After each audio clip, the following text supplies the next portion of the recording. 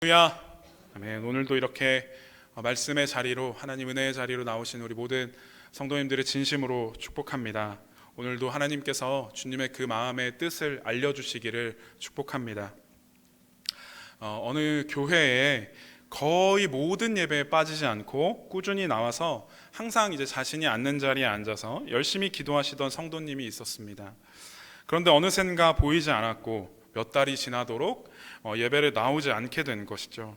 이 성도님을 항상 감사한 마음으로 지켜봤던 어떤 전도사님이 걱정되는 마음과 안타까운 마음에 어떤 추운 바람이 쌩쌩 부는 날 예배를 마치고 그 성도님의 집으로 발길을 옮겼다고 합니다.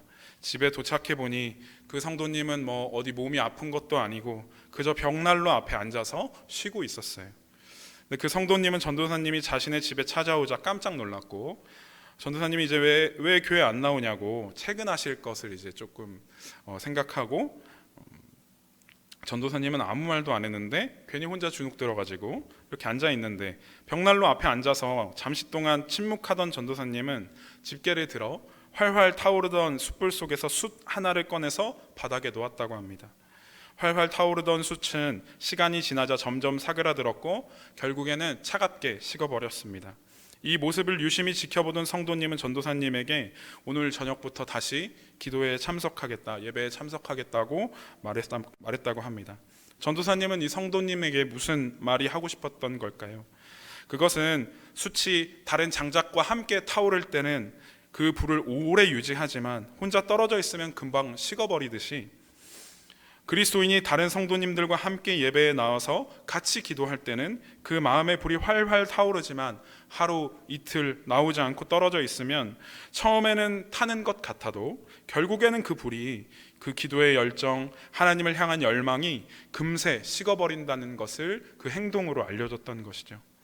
오늘도 각자의 자리에서 열심히 하루를 보내시고 함께 모여서 이렇게 찬양하고 기도하고 말씀을 듣기 위해 나오신 우리 사랑하는 모든 성도님들을 진심으로 축복합니다. 이 금요 찬양 기도회를 통해서 하나님께 함께 기도할 때에 우리 마음의 기도의 불, 하나님을 향한 열망이 끊임없이 타오르기를 축복합니다. 또는 반대로 우리가 속한 삶의 여러 풍파 속에서 이미 각자의 기도의 불이 식어버렸고 마음이 딱딱하게 굳어버린 분이 있다면, 이미 그렇게 돼버려서 예배 나오긴 했지만 아무런 기대감도 없고 아무 갈망도 없이 나오신 분들이 있다면, 우리가 이렇게 함께 모여서 기도할 때에 다시 살아나는 은혜가 있기를 축복합니다. 우리 그리스도인이 굉장히 자주 하는 말이 있습니다. 뭐죠? 오늘 말씀의 제목인데 기도하겠습니다 라는 말입니다. 저 같은 경우에는 이제 이 말을 좀 잘 하지는 않습니다. 제가 정말로 기도해야겠다고, 단 한 번이라도 진심을 담아서 기도해야겠다고 생각하면 그때는 제가 꼭 기도하겠습니다라고 말을 하는 편이에요. 그리고는 바로 그 자리에서 잠깐이라도 기도를 하든지 아니면 하던 일을 잠시 멈추고 기도를 하곤 합니다. 그동안 이제 수많은 기도하겠습니다라는 말을 하고 하지 않았던 제 모습이 이제 너무 꼴보기가 싫어가지고 제 나름대로 이렇게 정했습니다. 아마 모르긴 해도 여기 계신 분들도 아마 공감하리라 생각합니다. 기도하겠다고 말은 했지만 뒤 돌아서면 잊어버린 그 허공으로 흩어진 수많은 기도들이 있었을 겁니다. 그래서 잘못했으니까 부모님 모셔오라는 얘기는 아니고요. 오늘 우리가 이 골로새서 말씀을 통해서 골로새 교인들에게 기도에 대해서 말하고 있는 바울을 보고 우리의 기도에 대한 태도도 말씀에 맞게 조정되고 개정되는 시간이 되기를 소망합니다. 오늘 말씀의 배경인 골로새 교회는요, 어떻게 세워지게 되었냐면 바울이 세웠다고 볼 수는 없습니다. 볼 수는 없고 지도하였다라고 볼 수 있습니다. 어느 날 빌레몬서 아시죠? 들어보셨죠? 많이 보지는 않았지만 빌레몬서의 수신자인 빌레몬이 에베소에 이제 사업차 출장을 갔다가 두란노 서원에서 바울이 전하는 복음을 받아들이게 됩니다. 그래서 또 다른 사역자인 에바브라라는 사람과 함께 그 빌레몬의 집을 오픈해가지고 세운 교회가 골로새 교회예요. 그러던 중 바울이 이제 로마 감옥에 갇혀 있을 때에 에바브라가 바울을 방문해가지고 골로새 교회의 어려움들을 알리고 이를 해결하기 위해 보낸 편지가 바울의 편지 골로새서입니다. 당시 골로새 지역에는 여러 문제가 있었지만 특히 좀 이단에 대한 문제가 있었다고 합니다. 이 시기에 골로새 시에는 헬라 문화가 굉장히 틈타 있을 때라서 여러 종교가 서로 뒤섞인 상황이었습니다. 그래서 이단이 판을 치고 교회를 흔들고 있었던 거죠. 이때 골로새 교회를 괴롭힌 이단의 중요한 특징들은 예수 그리스도의 선제성이라고 하죠. 선제성. 창세 전부터 예수님이 하나님과 함께 계셨다라는 그 사실을 부인했습니다. 그리고 하나님의 계시보다 인간의 철학을 더 강조했고요. 천사 숭배를 요구했다고 합니다. 그리고 또 유대교의 요소들이 있지 않습니까? 뭐 할례나 랍비의 전통들, 금식이나 뭐 안식일, 또 다른 절기, 이런 것들을 굉장히 그 유대인들의 절기를 강조했다고 해요. 그러니까 이것만 봐도 뭔가 율법적이기도 하고 신비주의적이기도 하고 굉장히 혼합된 이단이라고 볼 수 있죠. 이러한 이단의 문제를 안고 있는 골로새 교회에 바울은 예수 그리스도의 절대적 유일성, 오직 예수 그리스도라는 슬로건으로 해답을 내려 주었습니다. 그런 세상 철학이나 너희의 시선을 빼앗는 것들에 속지 말고 오직 예수 그리스도, 우리 하나님 되신 그분을 따르라고 말합니다. 골로새서 2장 8절인데요. 누가 철학과 헛된 속임수로 너희를 사로잡을까 주의하라. 이것은 사람의 전통과 세상의 초등 학문을 따름이요 그리스도를 따름이 아니니라. 아멘. 그렇게 골로새 교회의 문제에 대한 해결을 예수 그리스도라는 슬로건으로 제시하면서 마지막으로 오늘 골로새서를 마치면서 강조하였던 것이 오늘 우리가 함께 읽은 기도에 대한 내용과 또 비기독교인을 만날 때 성도의 모습입니다. 오늘 말씀 2절에 보니까 바울이 골로새 교인들에게 기도를 어떻게 하라고 말하고 있습니까? 계속 하라고 말하죠. 또 감사함으로 하라고 말합니다. 그리고 깨어서 기도하라라고 이렇게 세 가지를 얘기합니다. 먼저 기도를 계속하라는 말은 우리가 하고 있던 일을 모두 다 내팽개치고 기도를 하라는 그러한 얘기는 아닙니다. 규칙적으로 꾸준히 성실하게 기도를 하라는 거죠. 우리가 필요할 때만 기도하고 평안할 때는 기도하지 않는 그런 모습이 아니라 우리가 불 가운데를 걷는 것 같이 고난 속에 있을 때에도 또는 구름 위를 걷듯이 모든 것이 행복하고 기쁠 때에도 꾸준히 기도하라는 거죠. 이 계속하라라는 말의 원어를 보니까요, 칼렐레오라는 헬라어 단어가 나옵니다. 이 말은 인내하다라는 뜻입니다. 금방 포기해버리거나 들쑥날쑥 기도하는 것이 아니라 성실함을 가지고 꾸준히 기도하라는 말이에요. 우리도 역시 그렇습니다. 기도하다가도 보면 문제가 해결돼 버리면 금방 기도의 자리와 멀어지게 되죠. 하지만 바울은 이 시대를 살아가고 있는 저와 여러분들에게 말씀을 통해 기도의 자리를 포기하지 말라고 말하고 있는 것입니다. 또 감사함으로 기도하라고 말하는데요, 우리가 기도할 때 기도를 해야 되니까 기도하는 의무감을 가지고 기도를 할 때가 있다는 겁니다. 중직자이기 때문에 또는 중보기도팀이기 때문에 권사나 집사이기 때문에 기도하는 것이 아니라 항상 기도할 때마다 내가 기도할 수 있다는 그 사실만으로 감사하라는 것이죠. 또한 바울은 기도할 때 깨어있으라 라고 말합니다. 이 깨어있으라는 말은 기도하다가 졸지 말라는 얘기가 아니라 본인이 기도하고 있는 기도의 내용에 집중하라라는 말입니다. 왜 기도하다 보면 중언부언 할 때가 있지 않습니까? 저도 앞에서 이제 기도 인도를 하거나 아니면 이제 다른 교역자분들 서포트를 하면서 기도를 하면 기도 제목이 갑자기 이렇게 생각이 나지 않을 때가 있어요. 앞에 모니터로 이렇게 기도 제목을 띄워주는데 제가 막 기도를 막 하다가 땀이 나면 안경을 벗고 기도를 하지 않습니까? 그러면 기도를 막 하다가 제목이 생각이 안 나서 모니터를 보면 안 보여요. 이게 바디메오의 마음일까요? 보고 싶지만 안 보입니다. 일단 계속은 진행은 해야 되니까 소리는 내고 있는데 집중력을 잃게 되는 거죠.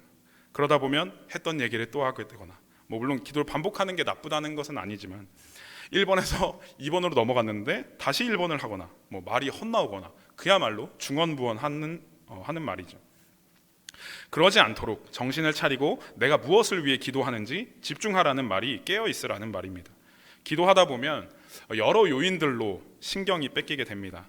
갑자기 스마트폰 불이 확 켜져가지고 문자나 전화나 카톡이 온다던가, 옆에 앉았던 권사님이 조용히 나가시면 좋은데 자꾸 이렇게 부시럭부시럭거리시거나 화도 낼 수 없게 나에게 옥수수를 주고 가시려고 그랬다던가 그런 여러 상황이 우리의 기도 집중력을 흐트러뜨리게 합니다. 하지만 그럴수록 우리가 소리를 내는 것에 집중하는 것이 아니라 다시 한번 내가 무엇 때문에 지금 기도를 하고 있는지를 생각하고 집중해서 기도해야 한다는 것이죠. 바울은 골로새 교인들이 이렇게 꾸준히 감사함으로 집중해서 기도하기를 원했습니다. 그렇다면 골로새 교인들이 이렇게 기도하기를 바라는 바울은 어떻게 기도를 했을까요? 오늘 우리가 함께 읽지는 않았지만 골로새서 1장 9절에 보면 이렇게 기록되어 있습니다. 이로써 우리도 듣던 날부터 너희를 위하여 기도하기를 그치지 아니하고 구하노니 너희로 하여금 모든 신령한 지혜와 총명에 하나님의 뜻을 아는 것으로 채우게 하시고. 아멘. 너희를 위하여 기도하는데, 골로새 교인들을 위하여 기도하는데 성령님이 지혜를 주셔서 세상의 것이 아니라 하나님의 뜻을 알도록 기도하고 있습니다. 이것은 지금 바울 자신을 위해서 하는 기도도 아니고요, 골로새 교인들이 구한 기도 제목도 아닙니다. 골로새 교인들이 성령님의 지혜를 얻고 세상의 가치로 살아가지 않고 하나님의 뜻을 분별하여서 하나님이 주시는 풍성함으로 살아가기를 그 누구보다 원하는 것은 누구입니까? 하나님이시죠. 바울은 지금 하나님께서 골로새 교인들에게 원하시는 것, 하나님이 필요로 하시는 것이 이루어지도록 기도하고 있습니다. 우리의 기도가 이렇게 바뀌기를 축복합니다. 우리가 원하는 것이 나에게 획득되어야 기도의 응답이 아니라 하나님께서 나에게 원하시는 것이 무엇인지 깨닫게 되는 것이 기도 응답인 줄로 믿습니다. 예수님께서 하나님께 정말 하실 수만 있다면 이 잔을 나에게 옮겨주시기를 원하셨지만, 그러나 나의 원대로 마시고 아버지의 뜻대로 하시기를 기도하셨던 것처럼 우리의 기도도 우리의 소망을 이루기 위해 도깨비방망이를 원하는 것이 아니라, 그런 기도를 가지고 나왔더라도 결국엔 하나님의 소망을 나의 소망으로 품게 되는 은혜가 있기를 축복합니다. 오늘 말씀을 이어서 바울은 이런 말을 합니다. 3절 4절 말씀을 우리 함께 읽어보도록 하겠습니다. 오늘 말씀 3절 4절 시작. 또한 우리를 위하여 기도하되 하나님이 전도할 문을 우리에게 열어주사 그리스도의 비밀을 말하게 하시기를 구하라. 내가 이 일 때문에 매임을 당하였노라.